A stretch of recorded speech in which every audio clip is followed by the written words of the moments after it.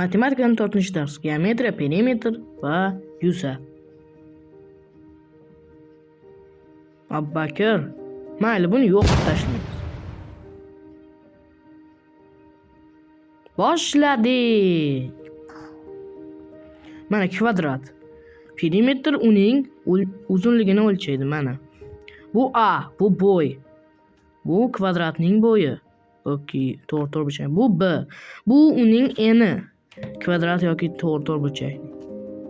Mana bu esa formula. Shunday qilib perimetr paydo bo'ladi. Bu esa yuza. Salomlashing yuza bilan. Assalomu alaykum yuza aka. Mana uning formulasi. Bo'yni engi ko'paytiramiz. Mana uning o'rtasi, kvadratning o'rtasini belgilaydi yuza. Endi buni toping.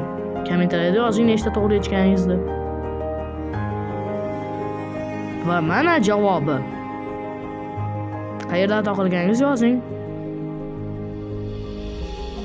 Ulug'bek, yo'q bo'l. Tam tutun.